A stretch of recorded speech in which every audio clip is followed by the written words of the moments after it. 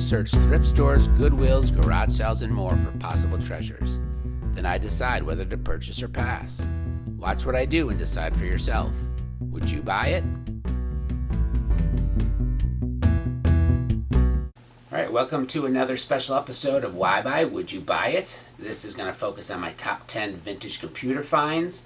I am stuck home like everybody else, not able to get my hit of thrift stores and garage sales and things like that because of the coronavirus. So I decided to go back through my past 4 or so years of selling on eBay to find my best 10 vintage computer things. I do sell other things like toys and games and stuff like that, and I actually do have another video of my top 10 sales overall, and then I also have a video of my top 10 kind of odd fun finds, but this one will focus on vintage computers. So take a look at it, and I hope you enjoy. Number 10 on the list is an IBM ThinkPad. I found it at a garage sale. It does work, a little quirky, but overall it was able to load. It had a bunch of programs kind of already in it, which was great. The mouse worked. It was a little sticky, which wasn't great, but it did have the power supply as well, which was really good.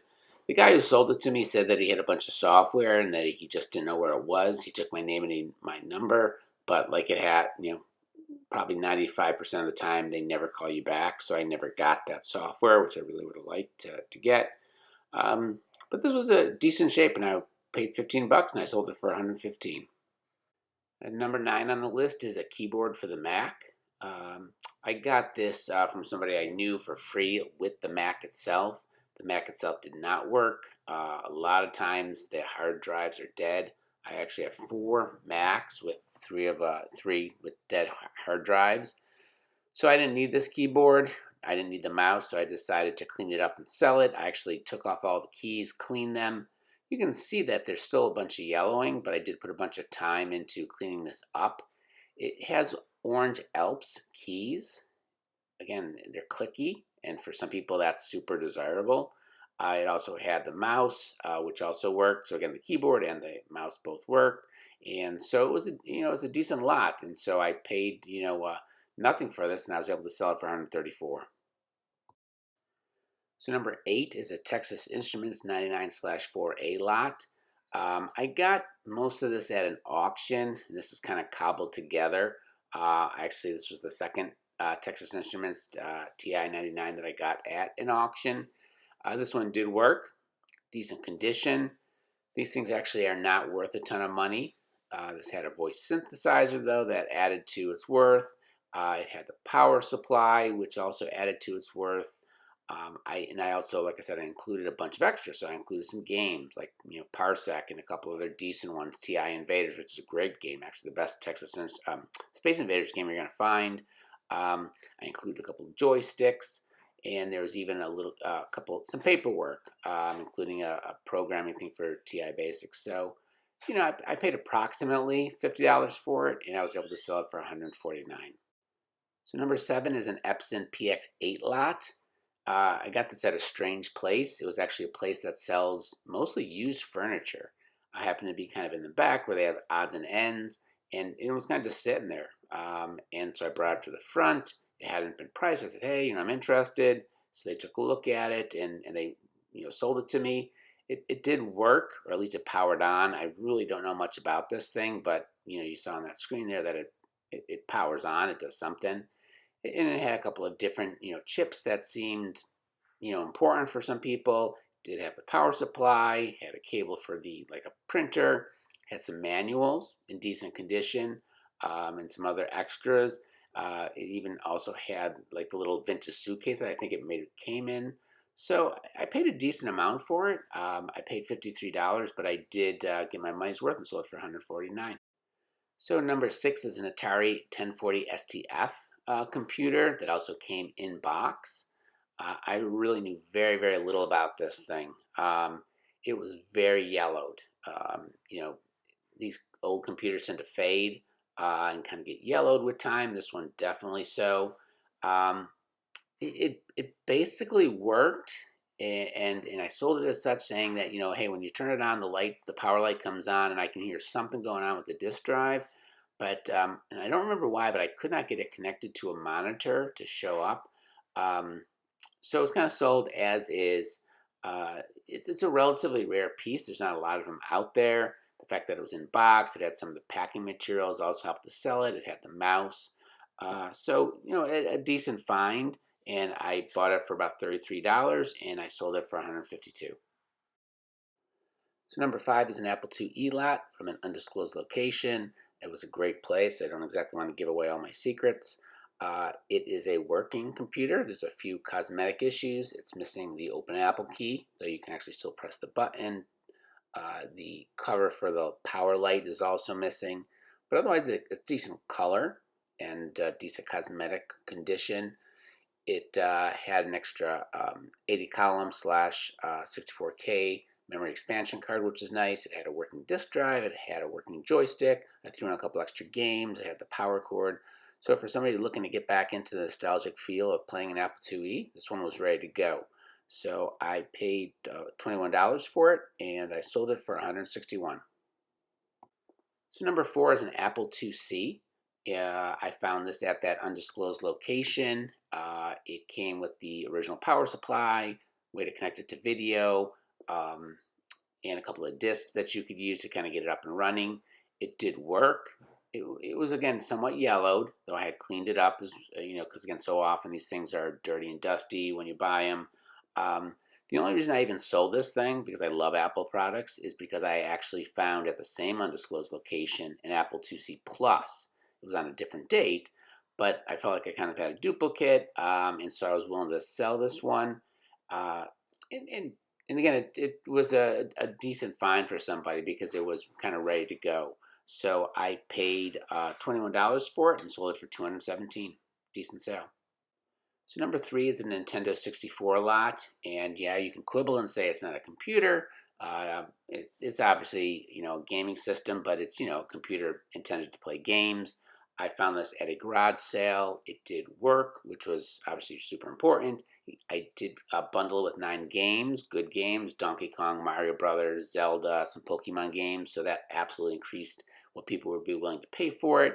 4 working controllers, again, what people were willing to pay for it. Threw in a couple little extras that came with it. It just kind of sweetens the deal a little bit. So some people really just have that nostalgia to play like an actual real Nintendo 64 instead of like an emulator on a modern computer. I was selling this at auction, and I got an email from a guy with kind of a bit of a sob story saying he wanted to buy it for his son for his birthday. Would I do a buy it now price? I waited a day or so before responding to see like how what would happen with it. I ultimately took it, so I paid $70 and I got $249, which was a decent deal. So number 2 is the Super Micro by Palmtex, which is certainly my most rare, kind of the most crazy thing on this list. I'm going to bet a lot of money that you've never heard of it. I had never heard of it at the time. I tried looking it up, and it took me a long time to even begin to figure out what this thing was. It's actually an interesting thing. It's one of the first handheld games with removable cartridges. It came out in 1983. It only had like 3 or 4 cartridges because it was very unsuccessful. It was fragile. It didn't hold up to wear. The games were not all that good. And the way that I found this thing was I was at a Goodwill walking down the shelf. I see it, and I think it's probably it's about time side of the box, and I kind of said, oh, it looks like a cheap electronic organizer. I kept going, but for whatever reason, I came back to it to look at it a little bit more, and as I looked at it, I realized it was something else. I was real puzzled by it, but I opened it up, and essentially it's new in box. It has all the packing materials. It had a little like sticker on the screen kind of showing you how to use the contrast button. So I said, oh, what the heck, for a couple bucks, I'll take it. So I brought it home and found out that actually it did work. There's a problem with one of the LEDs in the backlight. The game itself did work, and I actually have a video. I'll put a link below of me trying to figure the game out and play it.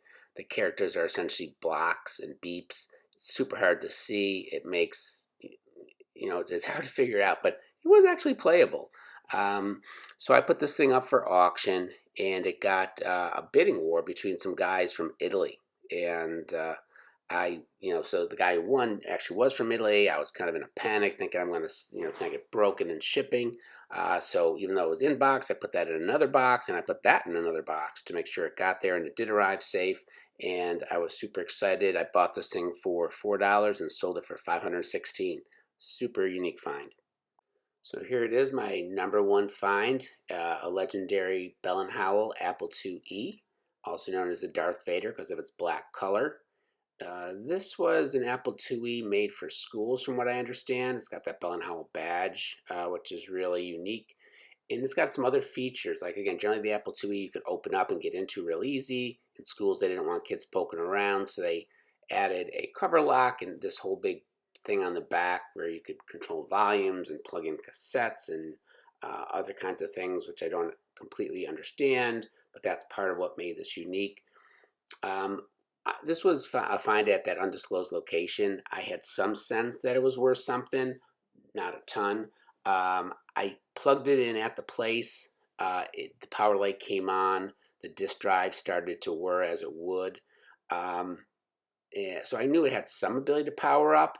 I didn't want to really test it further because if it wasn't working, I didn't know if there's something unique about this machine where I just, I wouldn't know what to do or how to fix it or whatever. So I sold it as is. It was in decent condition. It had a couple of chips. Probably the biggest issue was that somebody had duct taped something to it. I ended up putting it up for auction. I got one bid, but it wasn't such a bad thing. So I paid about $33 for it, and that winning bid was $695. So that was, a pretty cool find.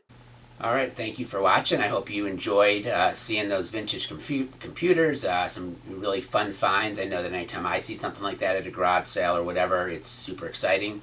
I'm not a big seller. I rarely have more than 50 things selling on eBay at any one given time. So these kinds of finds are pretty rare. I've been lucky, and it's great. So I appreciate any comments or suggestions. Please consider subscribing and stay safe, and hopefully we'll all be out there soon. Thanks for watching.